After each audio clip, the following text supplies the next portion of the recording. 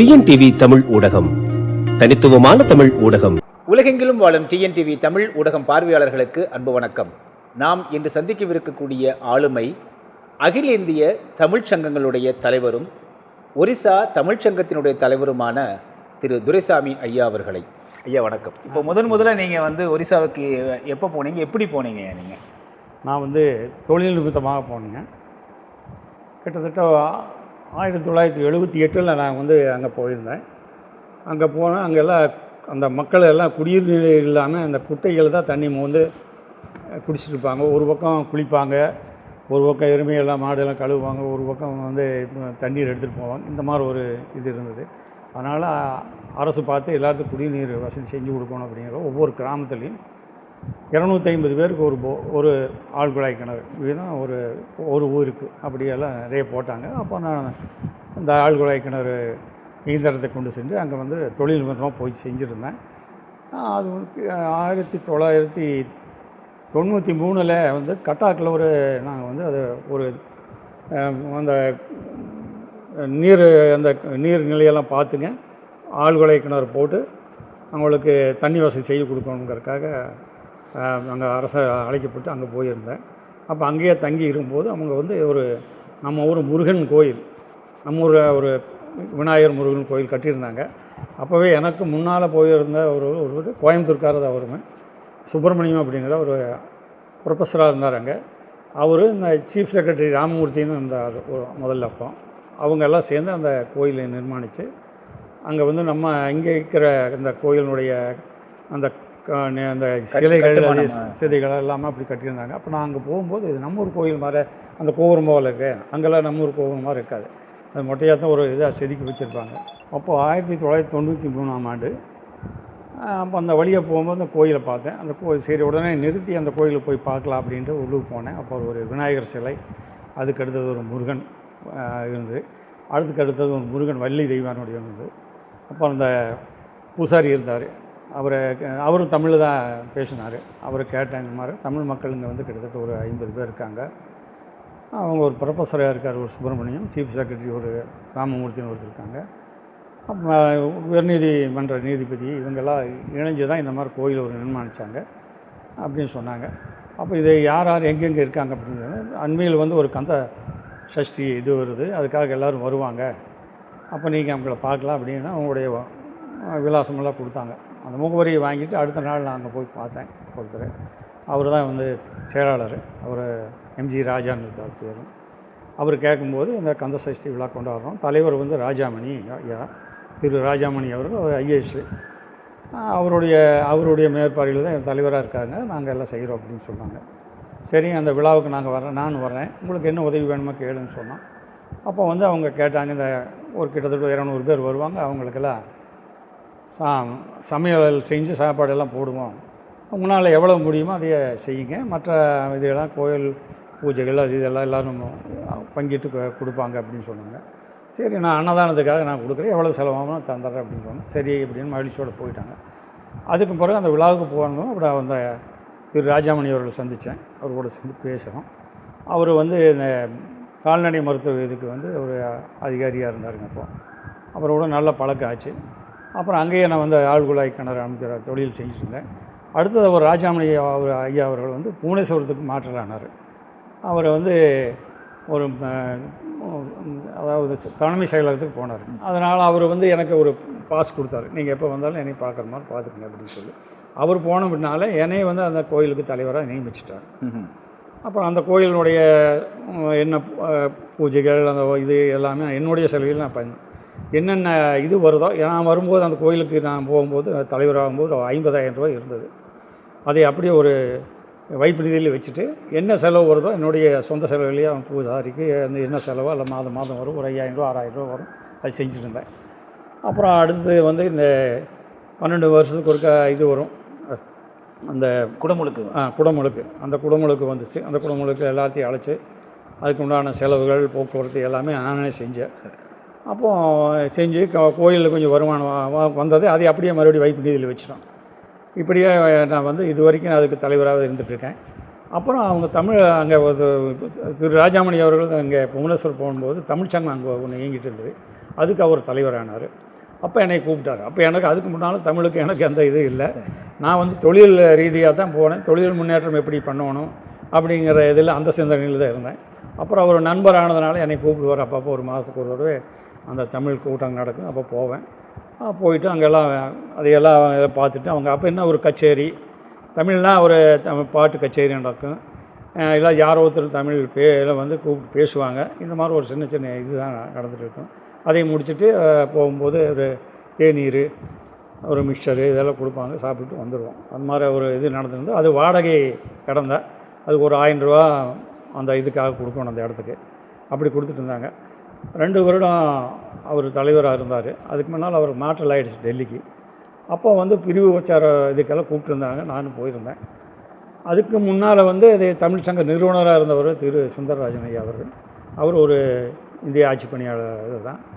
அவர் வந்து அதை நிறுவி 1972 நிறுவினார். நிறுவி அதை வந்து 1998 வரைக்கும் இருந்தார். 92 நிறுவனார். 98 வரைக்கும் அவர் தலைவராக இருந்தார். அதுக்கு பின்னால் தான் ராஜாமணி ஐயா வந்தாங்க. அவன் போகும்போது என்ன 5 லட்சம் ரூபா சேர்த்து வச்சுருந்தார் தமிழ் சங்கத்துக்கு. இவர் ராஜாமணி ஐயா அந்த வந்தவர் 2 வருஷத்தில் 1 லட்சம் சேர்த்து 6 லட்சமாக வச்சு ஒரு இடம், அந்த இடம் ஒன்று தமிழ் சங்கத்துக்காக ஒரு 5400 சதுரடி ஒரிசா அரசாங்கத்திலிருந்து இலவசமாக பெற்று கொடுத்துருந்தார். கொடுத்துட்டு அவர் மாற்றல் ஆகிட்டார். பிரிவு உச்சார இதுக்காக போயிருந்தபோது அப்புறம் எல்லாம் முடிச்சுட்டு அவரே ஒரு இது சொன்னார். நான் யார் ஒருத்தர் தலைவராக நான் சொல்கிறேன்னா அவர் எல்லாத்தையும் ஏற்றுக்கணும். அவர் வந்து நல்லா வந்து நம்ம தமிழ் சங்கத்துக்கும் தமிழர்களுக்கும் அவர் ஒருங்கிணைப்பாக வந்து நல்லா செய்வார். நான் என்னுடைய இதில் நான் அவர் தேர்ந்தெடுத்திருக்கேன். அதுக்காக அவர் பேர் சொல்லுவேன், நீங்கள் அவரை ஏற்றுக்கணும், நான் வந்து நீங்களே ஏற்றுக்கணும்னு சொன்னார். யாரையும் இன்னும் பேர் சொல்லலை. அப்புறம் உடனடியே சரின்னு சரின்ட்டு பேசி முடிச்சுட்டு சொன்னார். நான் என்ன நினச்சிக்கிறோம் அவர் தான் துரைசாமி அப்படின்னு சொன்னார். நான் எந்திரிச்சு என்னால் வேண்டாம் முடியாதுங்க, என்னால் ஏன்னா தொழிலுக்காக வந்திருக்கேன், என் தொழிலை பார்க்குறதும் இதுவுமே எனக்கு சிரமம். அதே நேரத்தில் தமிழுக்காக அந்த அளவுக்கு நாங்கள் உணர்வு, அந்த தமிழ் உணர்வோ தமிழ் அறிஞர் அந்த இதை எனக்கு நிறையா கிடையாது, தமிழ் பெரிய அறிஞர்கள் கிடையாது நான் அப்படின்னு சொன்னேன். இல்லை ஒத்துக்கங்க அவர், இல்லை நீங்கள் தான் இருக்கணும், இது நீங்கள் தான் இது பண்ணணும் அப்படின்னு சொன்னார், நிர்வாகிக்கணும். எல்லோரும் ஏற்றுட்டாங்க. அப்புறம் நான் கடைசியில் ஏற்றுக்க வேண்டியதாக போச்சு. அப்புறம் அதனால் ஏற்றுட்டு அதுலேருந்து அடுத்த இதில் நான் முயற்சி பண்ணேன். இவர் இந்த இடத்த வாங்கி கொடுத்துட்டு போயிருக்காரு. அது 2 வருஷமாக அது எந்த செப்பனம் இல்லாமல் அப்படியே இருந்தது. அதையெல்லாம் உடனே சுத்தம் பண்ணி அதுக்கு மதில் சுவர் ஒன்று கட்டி அங்கே ஒரு சின்ன ஒரு அறை கட்டி அங்கே ஒரு காவலை ஆளி போட்டு அதுக்கு நாங்கள் அங்கேயே எந்த நாங்கள் நிகழ்வுகள் நடக்குது அங்கேயே ஒரு சாமியானமெல்லாம் போட்டு அங்கேயே நிகழ்வுகள் நடத்தி அங்கேயே சாப்பாடெல்லாம் ஏற்பாடு பண்ணி சாப்பிடுவோம். அந்த மாதிரி பண்ணிகிட்டு இருந்தோம். அப்புறம் ஒரே வருஷத்தில் வந்து நம்ம இதை கட்டணம் கட்டலாம் அப்படின்னு சொல்லி அப்போ வந்து நம்ம ஆர் பாலகிருஷ்ணன் ஐயா அவர்கள் வந்து ஒரிசாவில் வந்து இவர் ஆட்சி பணியாக இதில் இருந்தாருங்க. அவர் வந்து நம்ம ஒரு கூட்டம் போடும்போது அவரும் வருவார். அவர் சொன்னார், இது மாதிரி தமிழ் வளர்ச்சித்துறையில் வந்து நம்ம கேட்டோம்னா கட்டணம் கட்டுறதுக்கு அவங்க பணம் தருவாங்க, நான் ஒரு விண்ணப்பிக்கலாம், நாமளும் ஒரு எல்லா பக்கமும் எல்லாத்துக்கிட்டும் வாங்கி நம்ம கட்டலாம் அப்படின்னாரு. சரி அப்படின்ட்டு அவர் சொன்ன மாதிரி ஒரு விண்ணப்பம் ஒன்று எழுதி மறுபடியும் கொண்டு வந்து நான் தமிழ் வளர்ச்சித்துறை இயக்குநர்கள் கொடுத்து அங்கேருந்து நம்ம செயலகத்துக்கு போகும்போது அப்போ என்ன இருந்தார், அந்த ஒரு நம்ம தலைமைச் செயலாளர் இருந்தவர் வந்து ஒரு உரியாக்காரர் திருப்பாடின்னு சொல்லியிருந்தார். அவரே நேரடியாக நான் போய் சந்தித்தேன். இந்த மாதிரி நாங்கள் வந்து அங்கே ஒரிசாவில் ஒரு கட்டணம் கட்டலான்னு இருக்கோங்க தமிழ் சங்கத்துக்காக, அதுக்காக எங்களுக்கு நிதி கேட்டு வந்திருக்கோம் அப்படின்னு சொல்லி அவர்கிட்ட போய் நேரம் கேட்டு அவர்கிட்ட போய் ஒடியாவில் பேசும்போது அவர் வந்து ரொம்ப சந்தோஷமாயிட்டாங்க. பரவாயில்ல அப்படின்னு, எல்லாம் இப்படியெல்லாம் இருக்காங்க, எத்தனை பேர் தமிழ் மக்கள் இருக்காங்க அப்படியெல்லாம் கேட்டார். கிட்டத்தட்ட 2000 பேர் அந்த நகரத்தில் இருக்காங்க. வெளியில் ஒரு 1000-1500 பேர் கிட்டத்தட்ட இருப்பாங்க. கட்டாக்கில் ஒரு 3000-4000 பேர் நான் தேருங்க. அதுக்காக நாங்கள் மாதம் ஒரு நிகழ்வு நடத்துவோம்.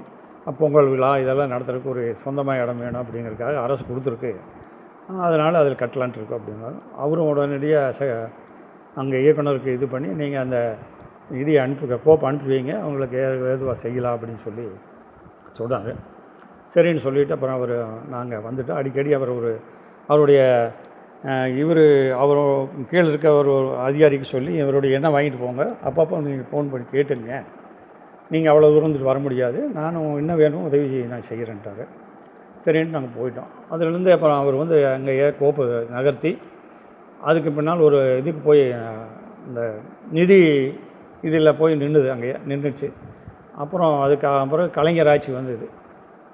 கலைஞர் ஆட்சி வந்து ராஜாமணி ஐயா இருக்காருங்க, முதல்ல இருந்தார் தலைவர். அவர் கூட சொன்ன இந்த மாதிரி நிதி நிலையில் போய் நிற்கிதுங்க, நிதி நிறுவனத்தில் நிற்கிது, அதுங்கிருந்து மேலே போகல, நீங்கள் பார்த்து ஏதாவது தெரிஞ்சவங்க சொன்னீங்கன்னா எங்களுக்கு அவங்க முதலமைச்சருக்கு அனுப்புவாங்க அப்படின்னு சொன்னேன். அதே மாதிரி அவரு கூட படித்தவர் தான் அந்த இதில் இருந்தார், ஐஏஎஸ் வந்திருந்தவர். அவரு வந்து அவருக்கு சொன்னதே உடனே அவங்க அனுப்பி வச்சாங்க. நாங்கள் ஒரு கிட்டத்தட்ட 50 லட்சம் கேட்டிருந்தோம். அவங்க கலைஞர் வந்து ஒரு 15 லட்சம் தான் எங்களுக்கு இது பண்ணார். சரி, அந்த 15 லட்சத்தை வாங்கி இந்த 5 லட்சம் முதல்ல 6 லட்சம் இருந்தது. அந்த 6 லட்சத்தில் ஒரு 1.5 லட்சம் ரூபா அந்த மதில் சுவரெல்லாம் கட்டிட்டோம், அந்த அறைகள் எல்லாம் கட்டுறது போக. பாக்கி இருக்கிறத நடத்திட்டு இருந்தோம். அப்பப்போ இல்லாத போது என்னுடைய பணத்தை போடுவேன், நிற்கக்கூடாது வேலைக்காக. அப்போ அடுத்தது வந்து மற்ற ஏதோ ஒரு நிதி நிறுவனம் அங்கே எங்கெல்லாம் போய் அவங்ககிட்டலாம் கேட்டு வாங்கி அந்த அப்படியே நடந்துட்டு இருந்தது. கிட்டத்தட்ட ஒரு 3 வருஷம், 2009 2013 தான் முடிஞ்சது. அது வரைக்கும் ஒரு கடைசியில் ஒரு 10 லட்சம் பத்தாமல் ஆகிடுச்சு. எவ்வளவோ முயற்சி பண்ணேன். அதுக்கடுத்து நம்ம அந்த சேலத்துலேருந்து திருவேணி எர்த் மூவர்ஸ் அப்படின்னு சொல்லி பிரபாகரன் ஐயா, அவருக்கு நான் வந்து ஆள் குழாய் கிணறுகள் அதெல்லாம் போட்டு கொடுத்துட்ருப்பேன். அவர் வந்து அப்போ தான் அந்த மைன்ஸில் வந்து இதில் பண்ணிகிட்டு இருந்தார்.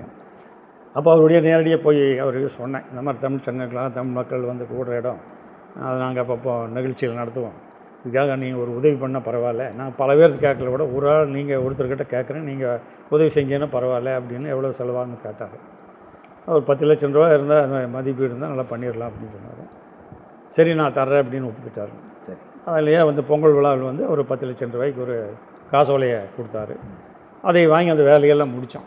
அப்போ கிட்டத்தட்ட ஒரு 70 லட்சம் ரூபாய் ஆச்சு. ஆமாம், கீழ்த்தளத்தில் வந்து நூலகம், மக்கள் படிக்கிறதுக்கு உட்காந்து படிக்கிறதுக்கு வசதி, மேலத்தளம் அரங்கம், இந்த மாதிரி இது பண்ணியிருந்தோம்.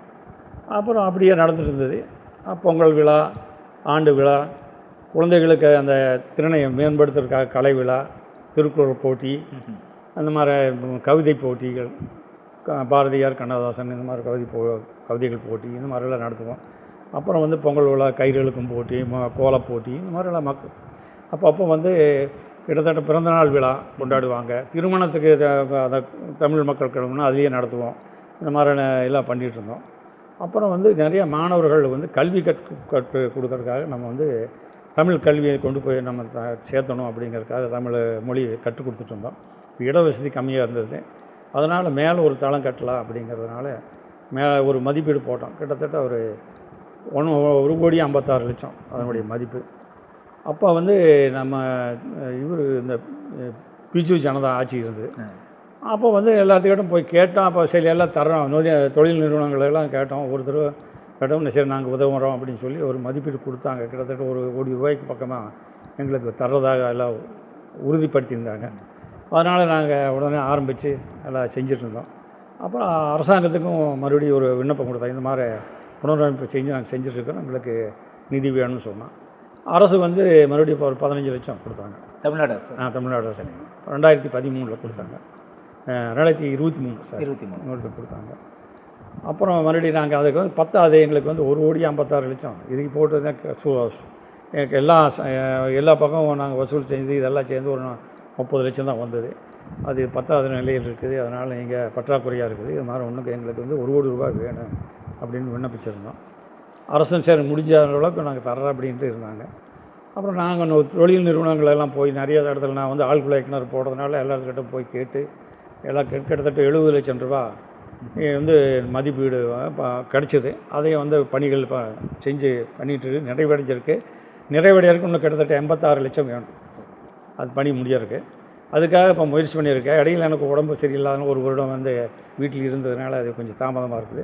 இப்போ மறுபடியும் ஆரம்பித்து இப்போ தொழில் நடந்துகிட்ருக்கு. அது வந்தாச்சுன்னா கிட்டத்தட்ட ஒரு 30 பேர் அங்கே தரலாம். கிட்டத்தட்ட 3 நட்சத்திர ஹோட்டல் மாதிரி அது அந்த இடம் இருக்கும். அதில் வந்து தங்குவதற்கு வசதி, தமிழர்கள் வந்தால் அந்த தங்குவதற்கு சாப்பாடு அங்கேயே நம்ம தமிழ் உணவு பாரம்பரியப்படி காலையில் இட்லி, தோசை, சாம்பார், சட்னி இந்த மாதிரி. மதியம் வந்து சாப்பாடு, சாம்பார், ரசம், தயிர், வடை இந்த மாதிரி ஒரு இரவு வந்து மக்கள் என்ன கேட்குறாங்க, இங்கே அங்கே சாப்பாடு ஒரு வேளை ரொட்டி கேட்டாங்க ரொட்டி, இல்லை உப்புமா கேட்டாங்க உப்புமா, அந்த மாதிரி செய்யறதுக்கு எல்லாம் அதுக்கு வசதி எல்லாமே பண்ணியிருக்கோம். இப்போ கூட எங்களுக்கு வந்து பொங்கல் விழா கொண்டாடுறோம், மற்ற விழா கொண்டாடும் போது கிட்டத்தட்ட 300 பேர் எல்லாம் வருவாங்க மக்கள். அவங்களுக்கு நாங்களே செஞ்சுக்குவோம். நாங்கள் அங்கே வேலைக்கு வச்சுக்கிறவங்களையும் நம்ம தமிழ் முறையில் செய்ய பழக்கியிருக்கோம். சரி, அவங்களே நம்ம சாப்பாடு, சாம்பார், ரசம், பொரியல் எல்லாமே அவங்களே செஞ்சுருவாங்க. 300 பேர் சாப்பிட்டு போவாங்க. 300 பேர் இருந்தாலும் சாப்பிட்றதுக்கு வேண்டிய அந்த சாமான்கள்லாம் நாங்கள் வாங்கி வச்சுருக்கோம். அதனால் இப்போ சுற்றுலா வர்றவங்களும் அங்கே தங்கி இப்போ அரங்கத்தில் வந்து தங்கிவாங்க. அவங்களுக்கு இப்போ முதியவர்களாக இருந்தால் அவங்களுக்கு படுக்கை வேணும்னா படுக்கை நாங்கள் அங்கே வெளியிலேருந்து வாங்கி ஒரு 10 பேரோ 15 பேருக்கு வேணால் கொடுப்போம். மற்றவங்களுக்கு கீழே மெத்தை வாங்கி கொடுத்துருவோம். அந்த மாதிரி வாங்கி தங்கி அவங்க இங்கேயே சாப்பிட்டு அவங்களுக்கு வேறு சுற்றுலா போயிட்டு வர்றாங்க. மாணவிகள் வர்றாங்க, அவங்க வந்து தங்கி எங்கெங்கே போகணுமோ அவங்களுக்கு நாங்கள் வழிகாட்டியாக இருந்து அவங்கள அனுப்பி வைக்கிறோம். அது வரைக்கும் அவங்களுக்கு என்ன வேணுமோ அங்கேருந்து அங்கேயே உதவிகள் செய்கிறோம். இந்த மாதிரி ஒரு 2023 டிசம்பரில் வந்து ஒரு புயல் வந்துச்சு. சரி, பெரிய புயல் வந்துச்சு. அது வந்து அந்த புயலில் வந்து கிட்டத்தட்ட ஒரு 73 பேர் நம்ம பாண்டிச்சேரியிலையும் சென்னையிலேருந்து அங்கே வந்துருக்காங்க. அந்த புயலும் போது அந்த இது தொடர் வண்டியெல்லாம் ரத்தாயிடுச்சு. சரி, அவங்க எங்கே போகுதுன்னு இன்னும் தெரியல, புரியலையா இருந்து எங்களுக்கு தகவல் வந்தது. இந்த மாதிரி தமிழ்நாட்டிலேருந்து வந்திருக்காங்க, தமிழ்நாட்டிலேருந்து வந்து 73 பேர் வந்து தவிச்சிட்ருக்காங்க அப்படின்னு அங்கேருந்து எங்களுக்கு செய்து கொடுத்தாங்க. உடனடியாக நாங்கள் ஒரு 2 பேருந்துகளை அனுப்பி அவங்களெல்லாம் கூப்பிட்டு வந்து தமிழ் சங்கத்திலேயே வச்சு கிட்டத்தட்ட ஒரு 10 நாட்கள் அந்த வச்சு அவங்களுக்கு சாப்பாடு, மருந்து மேலும் அதே அதிகமான முதியவர்கள் அவங்களுக்கு மருத்துவம் அடிக்கடி உடம்பு சரியில்லாமல் போகிறது, அந்த சூழ்நிலையை வந்து குளிர் அதிகமாக இருந்ததுனால காய்ச்சல் இந்த மாதிரிலாம் வந்தது. உடனடியாக மருத்துவர்களையே கொண்டு வந்து அங்கேயே வச்சு அவங்களுக்கு என்ன வேணுமோ கொடுத்து எல்லா உதவியும் செஞ்சு அங்கேருந்து அவங்க பாண்டிச்சேரி நம்ம சென்னைக்கெல்லாம் கலெக்டருக்கெல்லாம் அவங்களுக்கு தெரிவித்து, அப்புறம் இங்கேயும் ஒரிசா அரசுக்கு தெரிவித்து அங்கேருந்து அவங்களுக்கு வந்து அந்த டிக்கெட் எல்லாமே பணம் இல்லாத ஒரு இலவச டிக்கெட் போட்டு அவங்கள இதில் ரயிலில் தொடர் வண்டியில் அனுப்பிச்சி அவங்கள ஊருக்கு போக வச்சோம். இந்த மாதிரி தமிழர்கள் வந்து விபத்து விழுந்த நிறைய சுமந்து வருதுனால, ஆமாம், லாரிக்கு ஓட்டுறாங்க, நிறைய வந்து விபத்துக்கு ஏற்பட்டுரும். உடனடியாக எங்களுக்கு தெரிஞ்சதுன்னா உடனடியாக அவங்கள வந்து நம்ம அரசு ஆஸ்பத்திரி அனுமதி அங்கே இது பண்ணி அவங்களுக்கு என்ன உதவி வேணும் உதவியெல்லாம் செஞ்சு உடனே அவங்க யார் என்னங்கிறத முகவரி தெரிஞ்சு அவங்களுக்கு தெரியப்படுத்தி அவங்க வர்ற வரைக்கும் நாங்கள் அங்கே அவங்களுக்கு ஒரு உதவியாக இருந்து எல்லாம் உடனே பக்கத்தில் ஒரு ஆள் வச்சு என்ன வேணுமோ அவங்களுக்கு உதவி செஞ்சுருக்கோம். இது மாதிரி எல்லாம் செஞ்சுட்டு இருக்கோம். ஏதோ ஒரு 2 மாதம் 4 மாதம் 5 மாதத்துக்கு ஒரு தடவை இப்படி விபத்துகள் ஏற்படும், வருவாங்க, அவங்களுக்கு நாங்கள் உதவி செய்வோம். இந்த மாதிரி அவங்களுக்கு வீட்டுக்கு தெரிவிப்போம், வந்து கூப்பிட்டு போயிடுவாங்க. இந்த மாதிரி நிறையா உதவி செய்யணும். அவங்க சொந்த ஒரு ஊர் மாதிரி அங்கே உணர்வதற்கான தமிழர்கள் வந்து இப்போ திருப்பூர்லேருந்து வருவாங்க. சரிங்க, அந்த வேலையாட்களை கூப்பிட்டு வருவாங்க. அவங்களுக்கு பாச தெரியாது, எப்படியோ அங்கேருந்து ஒரு இங்கே ஒரு ஆள் தெரிஞ்சிருக்காங்க, அவங்க கூட பேசி ஆளுகள் கூப்பிட்டு வந்துருப்பாங்க. சரிங்க, இங்கே வந்து நம்ம ரயில் நிலையத்தில் வந்து என்ன ஆகுதுன்னா அந்த வயது கம்மியாக கூப்பிட்டு வந்துருப்பாங்க. அவங்களுக்கு வந்து எல்லாருமே போலீஸ் பிடிச்சிடுவாங்க. இந்த மாதிரி ஏன் பிடிச்சிட்டு வரேன், இப்போ வயது கம்மியாக இருக்கணும்னு கூப்பிட்டு போகிறேன், வேலைக்கு இது பண்ணுறேன்னு. மொழி தெரியாது, பேச அதிகமாக இது தெரியாது, ஹிந்தி ஏதோ கொஞ்சம் 1-2 தெரிஞ்சிருக்கு, அவளையும் சேர்த்து போலீஸ் ஸ்டேஷனில் இது பண்ணியிருப்பாங்க. உடனே எங்களுக்கு ஒரு தகவல் வரும். உடனே நாங்கள் போய் அங்கேருந்து மாவட்ட ஆட்சியாளருக்கு நாங்கள் தெரியப்படுத்தி அவங்களுக்கு மொழி தெரியாதுங்க, அதனால் அவங்க வந்து இவ்வளோ வயசுதே வேணும்னு சொல்லியிருப்பாங்க. அவங்க வந்து புரோக்கரை வந்து பணத்துக்காக வந்து இவங்களை எல்லாம் பிடிச்சி அனுப்பிச்சி விட்டாங்க, இவங்களுக்கு தெரியாத கணக்காமிக்கிறதுக்காக. அதனால் சொல்லி அந்த மாதிரி சொல்லி அவங்கள்ட்ட விடுவிச்சு இப்படியே நிறைய 2-3-4 கம்பெனிகளே வந்தவங்களையெல்லாம் அனுப்பிச்சி அவங்கள விடுவிச்சு அனுப்பிச்சிருக்கோம். அதே மாதிரி ஒரு வியாபாரமாக வருவாங்க, அங்கே வந்து நெல் தரணும்னு சொல்லுவாங்க, யாரும் சொல்லி ஒரு அட்வான்ஸ் வாங்கிடுவாங்க, பணம் தர மாட்டாங்க, நெல் குடும்பமாக ஓடிடுவாங்க. புரியுது. இந்த மாதிரி வர இதுங்களையும் அவங்கள குறைகளை பார்த்து அவங்கள பிடிச்சி அவங்க பணத்தை வாங்கி கொடுக்கறது, அதை ஒரு பேசி முடிச்சு நெல் மூட்டை வாங்கி கொடுக்குறது, இந்த மாதிரி ஒரு இதெல்லாம் செஞ்சு அனுப்புவோம். தமிழர்களுக்கு எந்த குறை இருக்கோ அந்த குறையை நாங்கள் தீர்த்து நாங்கள் அனுப்புவோம். அதான் இப்போ அதனால் இப்போ வந்து தங்கறதுக்கெல்லாம் வேணும்னு சொல்லி இப்போ இந்த இது கட்டிகிட்டு இருக்கோம். அது கட்டினா கிட்டத்தட்ட 30 பேர் தங்கலாம்.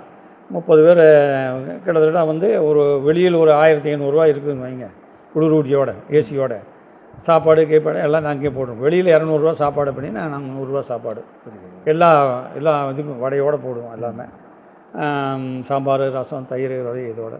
காலையில் வந்து சிற்றுண்டி வந்து கிட்டத்தட்ட ஒரு வெளியில் சாப்பிட்டா ஒரு 100 ரூபா 150 ரூபாய் ஆகும். நாங்கள் வந்து 70 ரூபா. அவங்களுக்கு என்ன தோசை, இட்லி, சட்னி, சாம்பார், காப்பி இந்த மாதிரி எல்லாம் கொடுக்குறோம். அதுக்கு அடுத்தது இரவு அதே மாதிரி ஒரு 50 ரூபா 60 ரூபாயில் இது பண்ணி கொடுத்துருவோம். இந்த மாதிரி எளிய முறையில் வந்து ரொம்ப கம்மியான வாடகையும் படுத்து வெளியில் 1500 ரூபாய் இருந்தால் நாங்கள் ஒரு 900 ரூபா அப்படி அந்த மாதிரி கொடுக்கலாம் அப்படிங்கிற ஒரு இதில் செஞ்சிட்ருக்கோம். அதில் வர்ற வருமானத்தை வச்சு வாரம் வந்து அங்கே இருக்கிற மக்களுக்கு, ஏழை மக்களுக்காக மருத்துவம் நம்ம அங்கேயே தமிழ் சங்கத்தில் ஒரு மருத்துவரை வச்சு ஏழை மக்களுக்கு கண் மருத்துவம், அவங்க அந்த யாராக இருந்தாலும் பரவாயில்ல, யாராக இருந்தாலும் சரி, அது எளியவளாக இருந்தால் சரி, அவங்க வந்து பணக்காரர் இல்லாமல் ஏழையாக இருந்தால் அதை அவங்களுக்கு நாங்கள் உதவி செய்கிறோம். அதே மாதிரி புயல் ஏற்படுது. அந்த புயலில் வந்து எங்கள் புயல் வருங்க. ஆமாம், அடிக்கடி புயல் வரும். அந்த புயல் வந்ததுன்னா உடனடியாக மக்களுக்கு வந்து பக்கத்தில் இருக்க மக்களுக்கு இங்கே ஏழ்மையான மக்கள், அப்புறம் அந்த நம்ம தமிழ்நாட்டு மக்களும் அந்த படகு ஓடிகளாக இருப்பாங்க, அவங்களுக்கு வசதி இருக்காது. அவங்களெல்லாம் கொண்டு வந்து நம்ம தமிழ் சங்கத்தில் வச்சு அவங்களுக்கு கிட்டத்தட்ட அந்த புயல் முடிகிற வரைக்கும் 10 நாள் 15 பேர் சாப்பாடு போட்டு அவங்களுக்கு என்ன வேணுமோ மருத்துவ வசதி அதெல்லாம் கொடுப்போம். அந்த மாதிரி நாங்கள் செஞ்சிட்ருக்கிறோம் எந்த புயல்லையும். அதே மாதிரி அரசுக்குமே என்ன முயன்றாலும் கிட்டத்தட்ட ஒவ்வொரு புயலுக்கும் ஒரு லட்சம் ரூபாய் அப்படி நாங்கள் வந்து தமிழ் சங்கத்திலேருந்து கொடை கொடுப்போம். அதே மாதிரி இங்கே 2023 சென்னையில் ஏற்பட்ட புயலுக்கு, அதுக்கு முன்னால் சுனாமி, அதுக்கெல்லாமே ஒவ்வொரு லட்சமாக கொடுத்துருக்கோம். புவனேஸ்வர் தமிழ் சங்கத்தில் ஒவ்வொரு லட்சம் கொடுத்து இந்த 2023 கிட்டத்தட்ட என்னுடைய இதிலேருந்து நான் ஒரு 5 லட்சம் ரூபா கொடுத்துருக்கேன். சரி, அந்த தென் மாவட்டங்களில் ஏற்பட்ட புயலுக்காக அது அனைத்து இந்திய தமிழ் சங்க சார்பில் இது பண்ணி கிட்டத்தட்ட 7.5 லட்சம் கொடுத்தோம் மொத்தமாக. இப்போ இந்த அனைத்து இந்திய தமிழ் சங்கம் அப்படிங்கும்போது எத்தனை தமிழ் சங்கங்கள் அதில் பேரவையில் இருக்கு? அது வந்து நான் புவனேஸ்வர் தமிழ் சங்கத்தில் வந்து 2002 தலைவரானேன். அதுக்கு பிறகு 2012 வந்து இந்த தமிழ் அமைப்புகளை ஒருங்கிணைச்சி அனைத்து இந்திய தமிழ் சங்க பேரவைன்னு சொல்லி ஒரு பேர் வச்சு நம்ம இது பண்ணணும், இணைக்கணும் அப்படின்னு சொல்லி அந்த டெல்லி தமிழ் சங்கம் தான் அது இது எடுத்துருங்க. சரி, அது எடுத்து டெல்லி தமிழ் சங்கம் எல்லாத்தையும் கூப்பிட்டு எல்லா மாநிலத்திலேருந்தும் எல்லாத்தையும் கூப்பிட்டு அங்கே ஒரு கூட்டம் போட்டு, அதாவது முறைப்படி பதிவு பண்ண சங்கங்க எல்லாமே தமிழ் லெட்டர்பேட் சங்கம் நிறைய இருக்குது. ஆமாங்க, அது இல்லாமல் முறைப்படி தமிழ் அந்த பதிவு பண்ண சங்கங்கள், முறைப்படி தமிழுக்காக உண்மையாக இயங்கி கொண்டு இருக்கிற சங்கங்களை சேர்த்து அப்போ ஒரு கிட்டத்தட்ட ஒரு 15-20 சங்கம் சேர்த்திருந்தாங்க. சரிங்க, சேர்த்தி அவங்க வந்து 2017 பதிவு பண்ணாங்க. 2017 பதிவு பண்ணி கிட்டத்தட்ட 18-19 டெல்லி தமிழ் சங்க தலைவர் இருந்தாங்க, மூதன் இருந்தார், பொருளாளர் அந்த செயலாளர் இருந்தார். அப்புறம் அங்கே வந்து சரியாக இயக்கம் இல்லாதனால பெங்களூரு தமிழ் சங்கத்துக்கு கொண்டு வந்தாங்க. அங்கே இருக்கிற ஒரு மீனாட்சி சுந்தரம் அவங்களோட தலைவராக்குனாங்க. அவங்களுடைய செயல் தலைவராக வச்சு அங்கே செயலாட்டி இருந்ததுங்க. அதாவது திருவனந்தபுரம் தமிழ் சங்கத்தை வந்து தலைவர் வந்து செயலாளர் இருந்தார், செயல் தலைவராக இருந்தார் அவர். இந்த மாதிரி அவர் இயங்கிட்டு இருந்தது. அப்பப்போ நான் வந்து துணைத் தலைவராக இருந்தேன் அனைத்து இந்திய தமிழ் சங்க பேரவைக்கு. அப்போ அவர் இறந்துட்டார், மீனாட்சி சுந்தரம் அவர் இந்த கொரோனாவில் வந்து இறந்துட்டார்.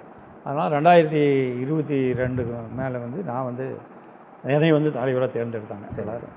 அது வந்து இப்போ பொதுக்குழு இப்போ தான் 2026 மறுபடியும் அதையும் அனைத்தை நியமிச்சிருக்காங்க. சரி, நான் அந்த தலைவர். இப்போ எத்தனை சங்கங்கள்? கிட்டத்தட்ட இப்போ நான் வந்த பிறகு ஒரு 70 சங்கங்கள் அனுப்பிட்டோம் தமிழ் இந்தியா முழுவதும் 70 இது அவன் வரும்போது 20 இருந்தது. சரி, அனைவரையும் நாங்கள் எல்லாம் சொல்லி எல்லாரும் இது பண்ணி 70 சங்கங்களை ஒருங்கிணைச்சிருக்கோம்.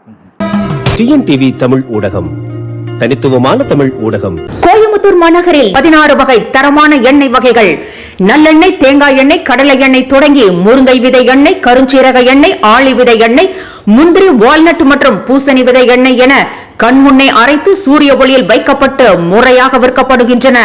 நேரிலும் அஞ்சல் வழியாகவும் வாங்கிக் கொள்ளலாம். தொடர்புக்கு 9843028388.